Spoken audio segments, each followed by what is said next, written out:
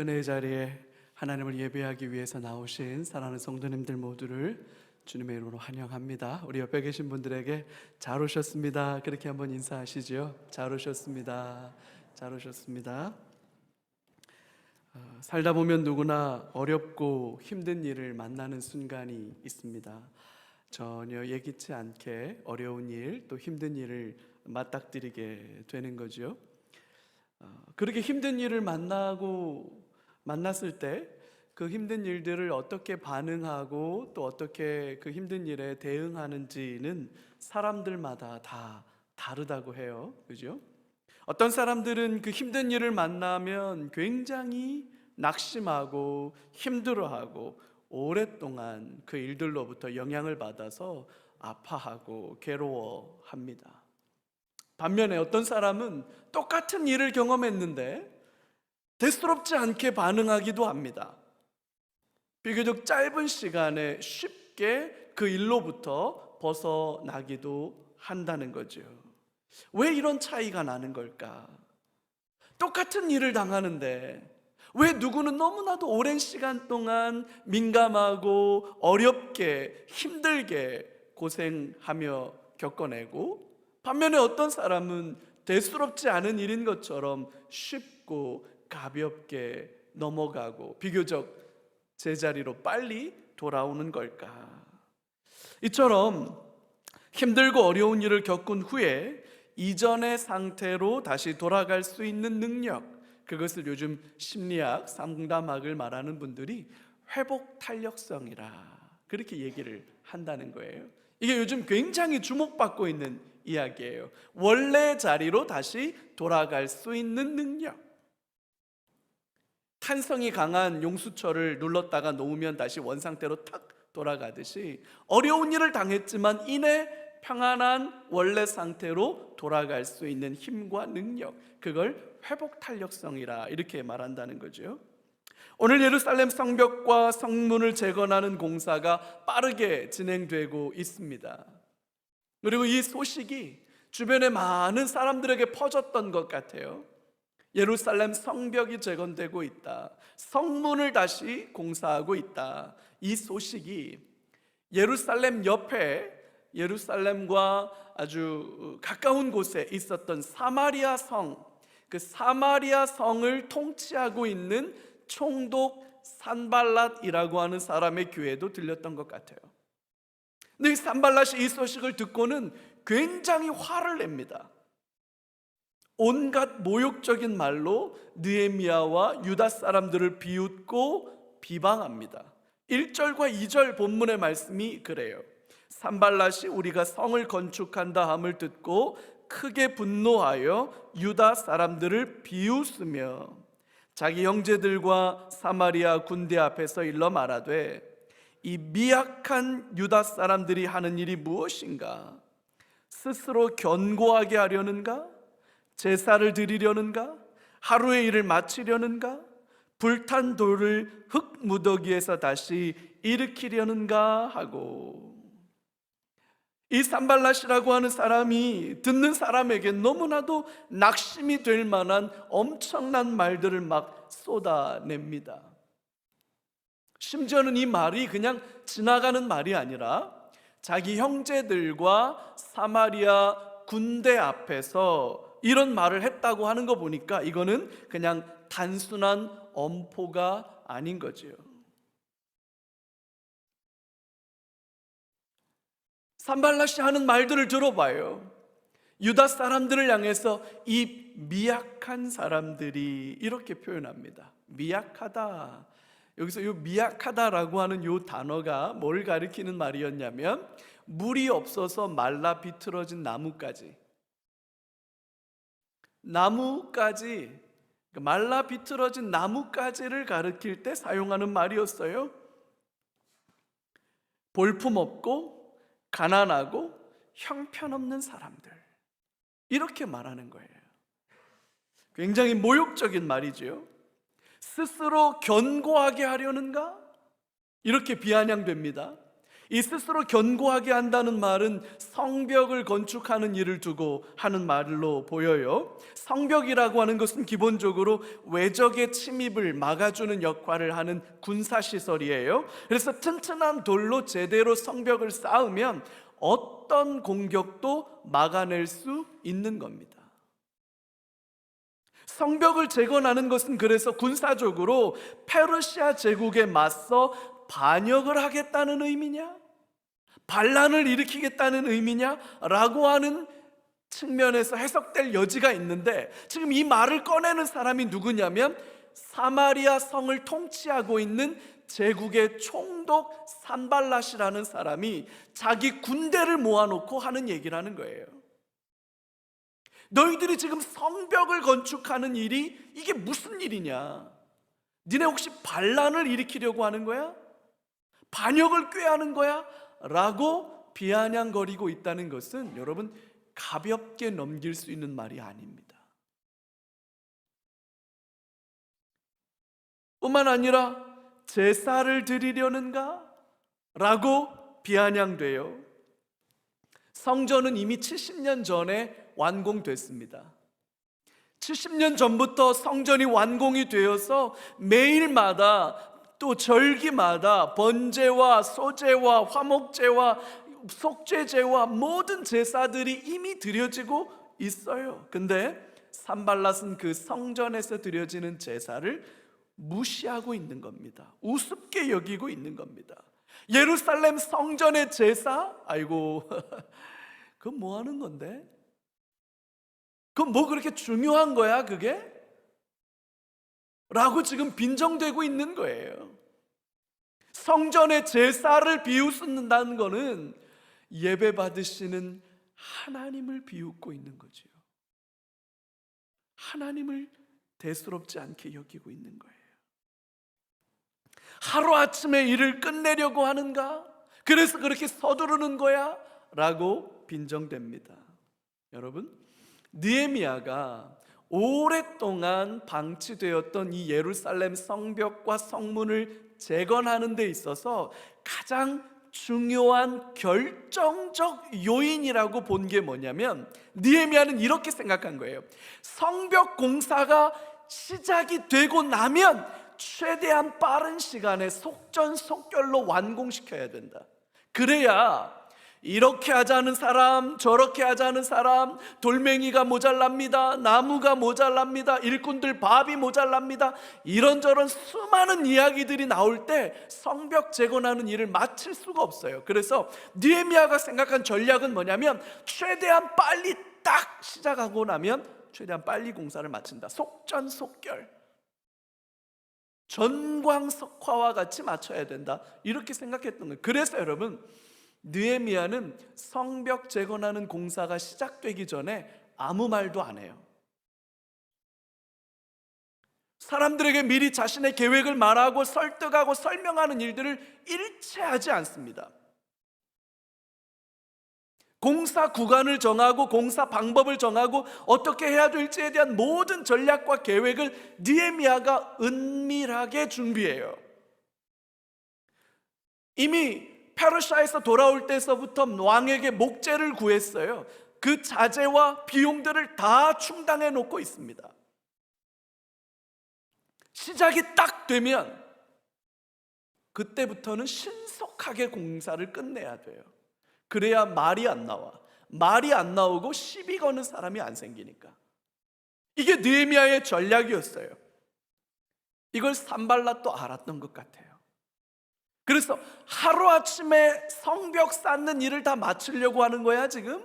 그게 되겠어? 그게 서두른다고 되는 일이야? 라고 비아냥거리고 있는 거예요. 성벽을 쌓는 일이 어떻게 그렇게 금방 맞춰지겠어요? 돌멩이를 다듬어야 되고 목재를 만들어야 되고 공사 방법, 토목 공사를 해야 되고 시간 오래 걸리는 일이거든요. 그러니까 산발랏이 와가지고 얘기하는 거예요. 야, 하루아침에 성벽이 그렇게 지어지냐? 그렇게 서둔다고 일이 되냐? 심지어 서두르면 부실공사가 될 거잖아요. 그거 부실공사 될 게 뻔해 라고 말하면서 비아냥대고 빈정거리고 있는 거예요. 심지어 불탄 돌과 흙더미, 그 흙무더기를 다시 일으키려고 하는 거야. 이미 140여 년 전에 예루살렘 성벽이 무너지고 성문은 다 불탔잖아요. 그래서 폐허가 된 채로 백수십 년 동안을 방치돼 있었어요. 예루살렘 성벽은 이미 폐허입니다. 사람들이 거주할 수 없는 그 폐허가 된 땅이었어요.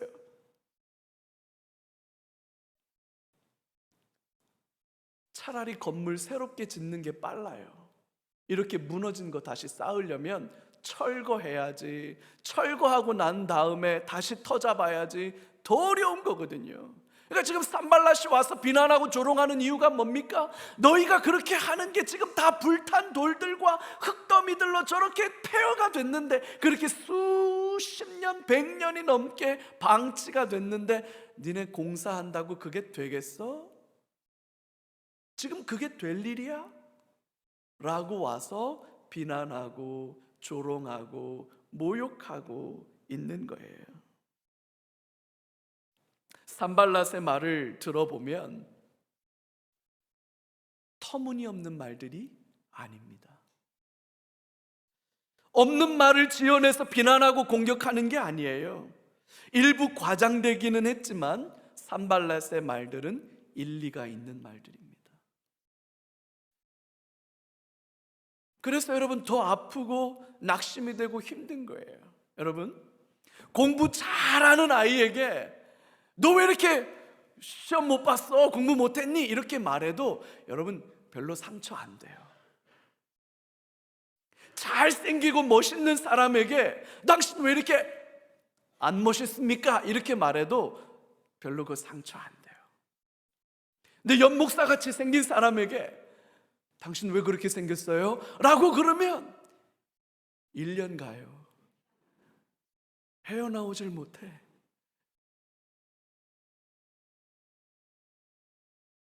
안 그래도 그게 내 열등감인데, 가난한 사람들에게 가난하다고 말하면 그게 상처인 거예요. 공부 못한 사람에게 너 왜 이렇게 공부 못하니? 라고 말하면 그게 그대로 상처인 거예요.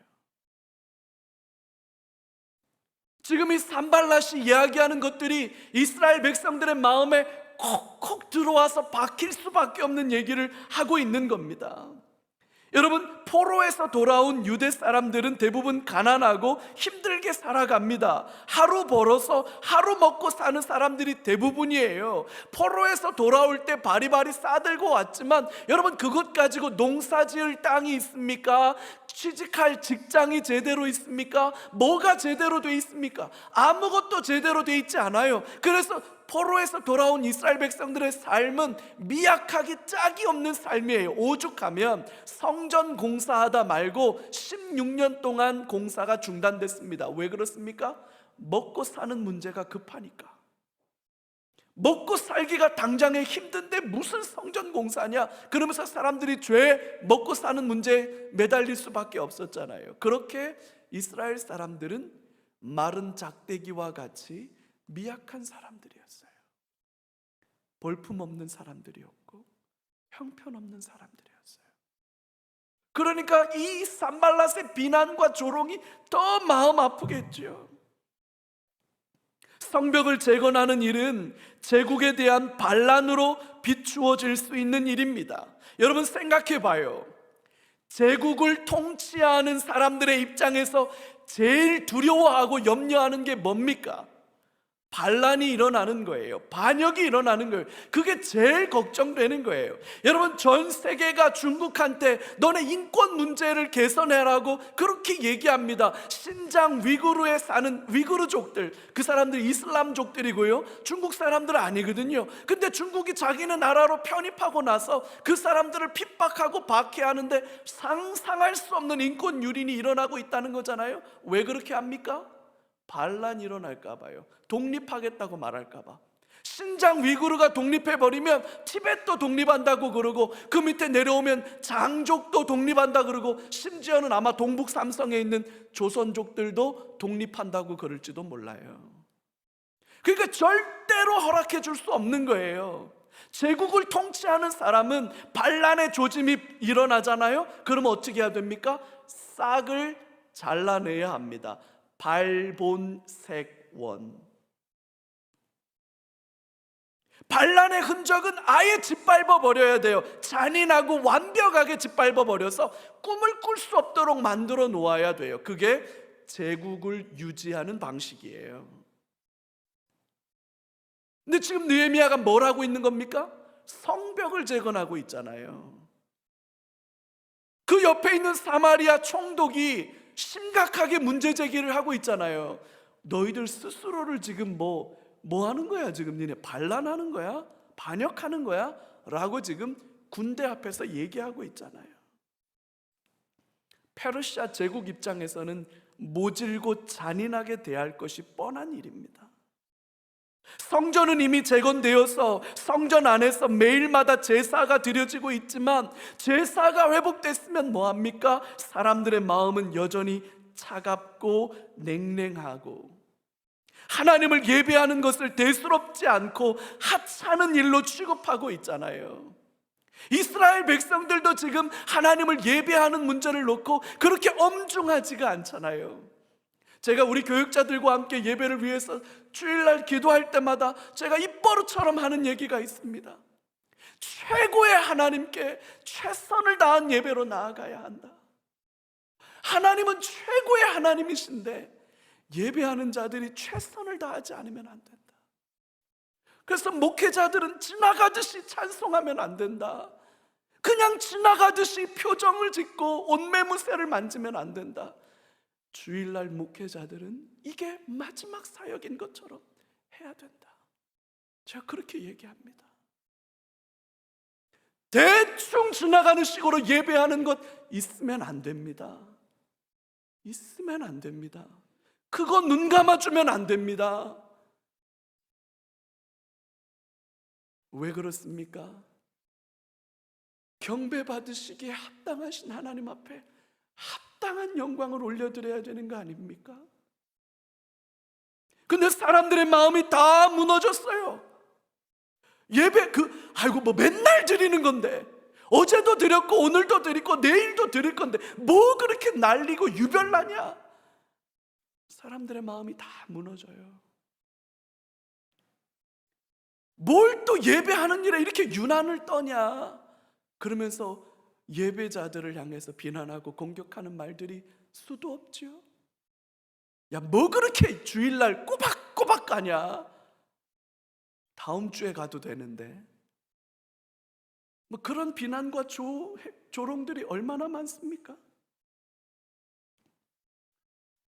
하나님을 예배하는 것을 대수롭지 않게 여기고 하찮게 여기는 문화가 지금 이 시대에도 얼마나 많습니까? 그것 때문에 성도들의 마음을 무너지게 만들고 성도들이 하나님 앞에 예배하는 일에 전심으로 나아갈 수 없도록 하는 일들이 얼마나 많습니까?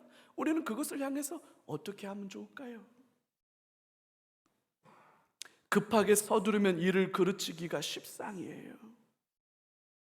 뿐만 아니라 여러분, 오랜 시간 폐허가 되어 방치된 것을 다시 일으키는 것은 정말 어려운 겁니다. 제가 에스라, 느헤미야 강해 설교를 시작하면서 계속해서 마음을 나누고 있는 게 여러분 이거잖아요. 한국 교회가 침체되고 있습니다.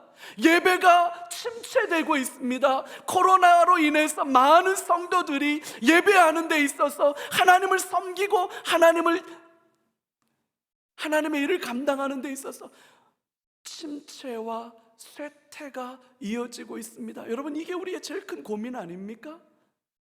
여러분, 쇠락하고 침체한 교회를 다시 일으켜 세우는 건 개척하는 것보다 10배는 어려운 거예요. 여러분, 무너지고 주저앉은 것을 다시 일으켜 세우는 것은 여러분 정말로 어려운 겁니다.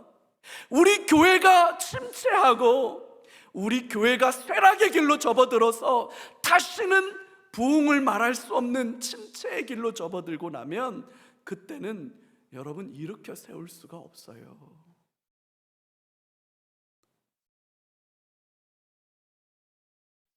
(140년이) 넘게 예루살렘은 폐허였어요. 아무 아무도 성벽을 재건하겠다는 꿈을 꾸지 않은 들짐승들의 구덩이들이 지금 산발랏이 와서 그 얘기를 하고 있는 거예요. 아픈 부분을 콕콕 집어서 공격하니까 여러분 얼마나 더 마음이 아프겠어요? 산발랏의 말들도 참 마음이 아픈데 더 속상한 게 있어요. 암몬 사람 도비아라는 사람이 그 옆에서 맞장구를 치고 있습니다. 오늘 3절이에요. 암몬 사람 도비아는 곁에 있다가 이르되 그들이 건축하는 돌 성벽은 여우가 올라가도 곧 무너지리라. 여러분, 나무라는 시어머니보다 곁에서 말리는 시누이가 더 밉다고 하지요. 산발랏도 정말 참 못됐어요. 어쩜 이렇게 인격을 모독하는 이야기들을 서슴없이 합니까? 참 못됐어요. 근데 더 못된 건 그 옆에서 맞장구 치고 있는 도비아예요. 정말 못됐어요. 얼굴 좀 한번 봤으면 좋겠어. 이거 신상 공개 안 하나 몰라. 참 못됐어요. 근데 여러분, 도비아라는 사람, 이 도비야라고 하는 이 말이 엘이라고 하는 하나님을 가리키는 단어하고 연결된 이름이에요. 그래서 도비야라는 뜻은, 이름의 뜻은 여호와는 선하시다라는 뜻을 가지고 있어요. 이름이 여호와는 선하시다야. 근데 이러고 있어요. 더 놀라운 거 말씀드릴까요? 대제사장 엘리야십과 인척 관계에 있는 사람이에요. 이 사람의 아내는 유다 귀족 딸이에요. 그러니까 유다 귀족의 딸과 결혼해서 유다 사람들의 대열에 들어와 있는 사람이에요. 그러면 산발랏이 이렇게 모욕적인 이야기를 하고 비방을 할 때 아니라고 말하고, 그거 잘못 생각하는 거라고 말하고, 예루살렘 성벽이 재건되어야 된다고 말해 주어야 되는 거 아닙니까? 그렇게 해도 될까 말까 한 사람인데 내부 총질을 하고 있는 거예요. 도비아가 맞다고 맞장구를 치면서 심지어는 여우가 올라가도 무너질 거야, 그렇게 저주스러운 악담을 하고 있는 거죠. 여러분, 참 기가 막히고 코가 막힐 일 아닙니까? 이게 환절기 비염 때문에 귀가 막히고 코가 막히는 게 지금 아니에요.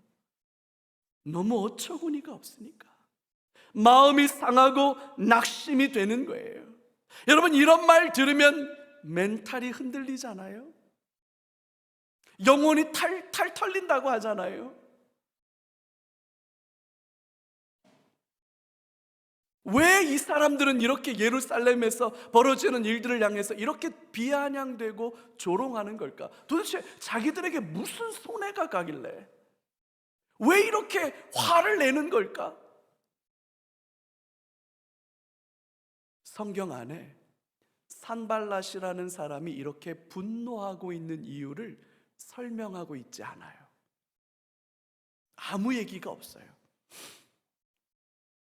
사실 2장 10절에 가보면 느헤미야가 예루살렘에 돌아올 때부터 산발랏이라고 하는 사람은 느헤미야에 대해서 맞닥지가 않았어요. 그래서 흥황하게 하는 사람이 왔다 함을 듣고 심히 근심했다, 이렇게 기록하고 있고, 여러분, 우리 에스라에서 이미 봤죠.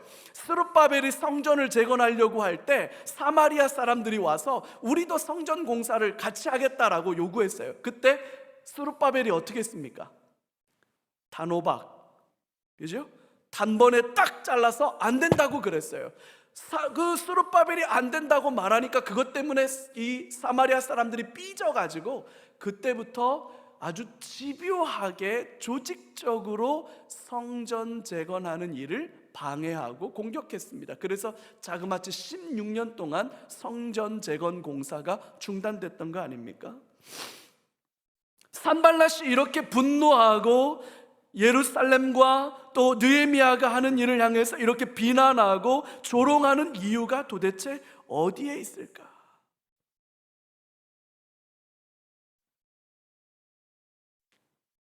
여러분, 오늘을 살아가는 성도의 삶에도 이런 조롱과 비난이 찾아올 수 있다는 사실을 우리는 기억해야 합니다. 신앙생활과 관련해서, 교회 생활과 관련해서, 우리의 믿음 생활과 관련해서 조롱과 비난이 쏟아집니다. 직장 안에서 직장 상사가 교회 다니는 것 때문에 우리가 신앙생활 한다고 막 비난하고 공격합니다. 동료들이 막 욕하고 비난합니다. 안 믿는 남편이 핍박하고 박해합니다. 안 좋은 소리 합니다. 부모님들이 그런 말 합니다. 친구들이 그런 말 합니다. 교회 다니고 예배하고 신앙생활 하는 게 당신들에게 무슨 손해와 피해를 안겨주었길래 이렇게 못된 말들을 하는 걸까요? 그런 말을 들으면 억울하기도 하고 낙심이 되기도 해요. 근데 진짜 마음 아픈 게 뭡니까? 억울하게 그런 말을 들어도 우리 마음이 상할 텐데 가만히 생각해 보면 내가 자초한 일이야. 나의 못남과 나의 연약함과 나의 부족함 때문에 생긴 일이에요. 그러면 얼마나 여러분 그게 안타깝습니까? 목회자라는 사람이, 목사라는 사람이, 교회 장로님이, 또 성도들이 연루된 안타까운 일들이 얼마나 많습니까? 심지어는 교회 안에서도 안타까운 일들이 얼마나 많이 벌어져요. 코로나를 지나면서 이런 경향은 더 강해졌습니다. 그래서 한국 사회 안에서 교회는, 믿음을 가진 성도는 존경과 신뢰의 대상이 더 이상 아닙니다. 개독교가 되어 있고 목사가 아니라 먹사입니다. 먹사. 전도의 문이 막히고 있어요. 다음 세대 아이들과 청년들이 신앙생활하는 것에 대해서 부끄러워하는 마음을 갖는다는 거 아니겠습니까? 그래서 여러분 요즘 대학교에 들어오는 신입생들을 대상으로 설문조사를 해보면 정말로 예수님 믿는 사람이 얼마나 되냐라고 물어보면 여러분 성도라고, 내가 교회 다닌다라고 그렇게 신실하게 믿음 지키고 간다고 하는 청년들이 약 4% 정도 된답니다. 4%.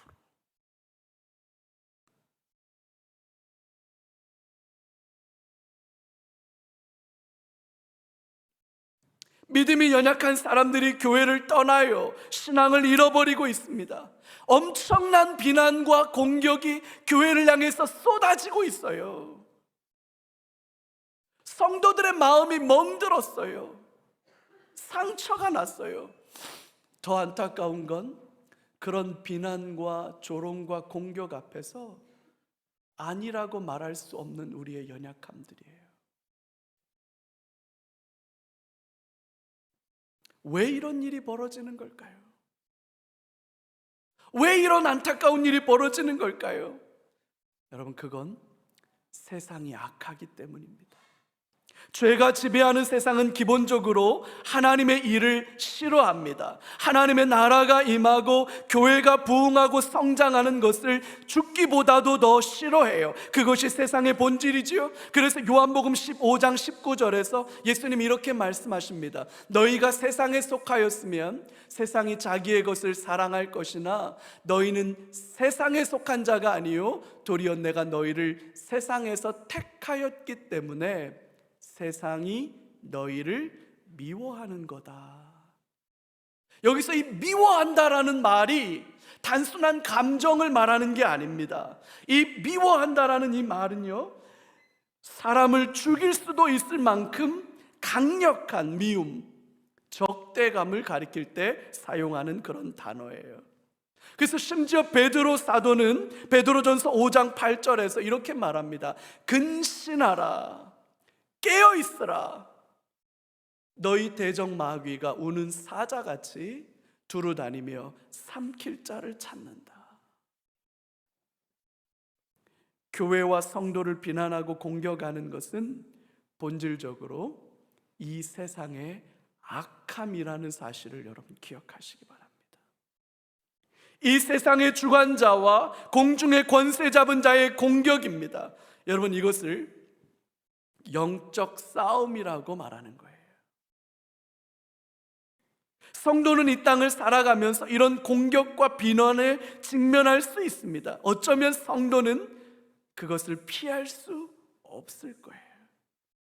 그래서 영적인 공격을 분별하는 영적 분별의 지혜와 안목을 갖는 게 필요합니다. 비난의 화살, 조롱의 화살을 쏘아대면 그래, 우리가 참 부끄러운 짓 많이 했어. 그러니까 어쩔 수 없어. 우리가 다 이 비난과 조롱을 다 맞아야 돼. 그리고 그냥 그 화살을 다 맞는 거, 여러분 그러면 안 됩니다. 그러면 안 됩니다. 분별해야 합니다. 어려움이 찾아올 때, 비난과 조롱과 비아냥들이 쏟아져 나올 때 우리는 그것을 분별할 줄 알아야 해요. 그래서 그 엄청난 공격 앞에 무너지고 쓰러지고 힘들어하는 게 아니라 빨리 회복해서 원래의 자리로 돌아가는 게 필요합니다. 회복 탄력성이 있어야 해요. 어떻게 하면 그것을 갖출 수 있을까요? 우리 느헤미야가 뭘 했는지를 좀 같이 살펴보면 좋을 것 같아요. 첫 번째로, 이런 상황에서 느헤미야가 보인 첫 번째 반응은 있는 그대로를 가지고 기도의 자리로 나아갔다는 거예요. 4절과 5절은 느헤미야의 기도입니다. 느헤미야가 기도 가운데 이렇게 고백해요. 우리 하나님이여 들으시옵소서. 우리가 업신여김을 당하나이다. 부당한 공격과 비난이 쏟아질 때 있는 그대로를 가지고 기도의 자리로 나아가서 엎드리는 게 중요해요. 계속 말씀드립니다만 여러분, 기도는 믿음을 가진 사람들만 할 수 있는 겁니다. 정말이에요. 믿음 없는 사람은 기도 못합니다. 왜 기도가 안 되냐고요? 믿음이 없으니까 기도가 안 되는 거예요. 하나님의 살아계심을 믿고 하나님의 역사하심을 신뢰하는 사람들만 기도하는 삶을 살아갈 수 있는 거예요. 사람들의 비난과 조롱 속에서 기도의 무릎을 꿇을 수 있는 것, 여러분 이게 진짜 믿음입니다. 여러분, 하나님이 나와 함께 하십니까? 여러분 정말로 이걸 믿어요? 하나님이 나와 동행하시고 내 삶에 개입하시고 내 삶에 간섭하시는 분이라는 사실을 여러분 믿으십니까? 정말로요? 그렇다면 비난과 조롱 앞에서 낙심하고 좌절하기보다는 있는 그대로를 가지고 하나님 앞에 나아가야 합니다. 하나님이여 들으소서.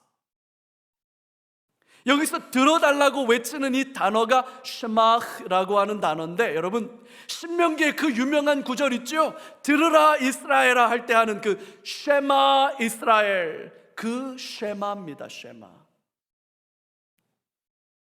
보통은 하나님이 말씀하시고 사람들이 들어요. 그래서 쉐마 이스라엘 이렇게 말하는 거예요. 말씀하시는 하나님을 음성을 들으라 이런 뜻인데, 지금 느헤미야는 거꾸로 하고 있는 거예요.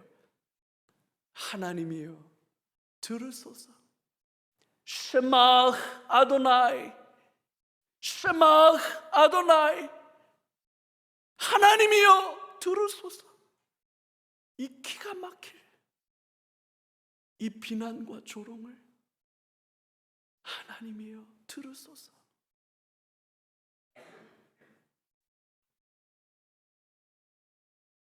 하나님 앞에 기도의 자리로 엎드리는 저와 여러분들 되시기를 주님의 이름으로 축복합니다. 들으소서 하나님이여. 두 번째로, 그들의 악을 덮어주지 마소서라고 기도하고 있다는 거거든요. 5절에서 느헤미야는 산발랏과 도비야가 한 일들, 그들의 죄악을 그냥 덮어주지 말아달라고 하나님께 간구합니다. 작용과 반작용이라고 하지요. 나를 힘들게 한 사람들에게 똑같이 되갚아주고 싶은 마음, 그게 사람의 본성 아닙니까? 하지만 여러분, 성도는 오른뺨을 때리는 사람에게 왼뺨을 돌려대는 게 성도예요. 겉옷을 빼앗고자 하는 사람에게 속옷까지 내어주는 게 성도입니다. 성도는 보복하거나 응징하지 않아요. 그럼 어떻게 할까요? 정의는 도대체 어떻게 세워지는 걸까요? 그렇게 무작정 당하고만 있으면 됩니까? 하나님께 맡기는 거예요. 하나님의 공의의 심판과 판단 앞에 맡겨드리는 겁니다. 그래서 핀 숯을 원수의 머리 위에 쌓는 거예요. 하나님께서 해결해 주시기를 구하는 겁니다. 내가 직접 해결할 일과 하나님께 맡겨드려야 할 일을 구분할 줄 알아야 합니다. 원수 갚는 것, 보복하는 것은 나의 일이 아닙니다. 그건 하나님께 내어드려야 될 일입니다. 성도는 공격하는 사람이 아닙니다.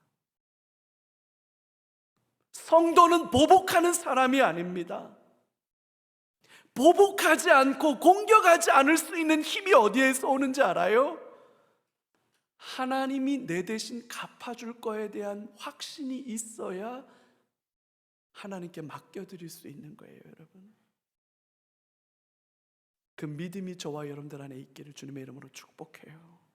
세 번째로는요, 엄청난 비난과 조롱이 쏟아졌지만 느헤미야는 기도로 이를 극복하고 하나님께서 예루살렘을 위해서 무엇을 하시고 싶으신지 자기 마음 안에 주셨던 그 소명을 묵묵하게 이루어 갑니다. 6절이에요.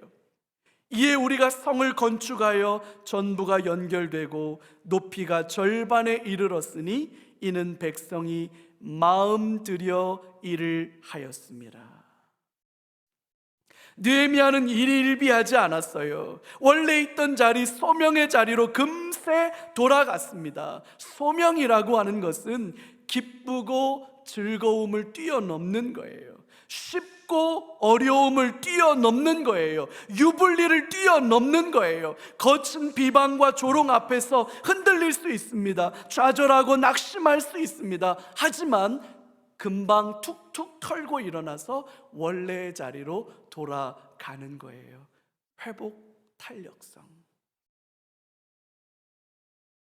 이걸 신학적인 용어로 하면 충성이라고 합니다. 충성.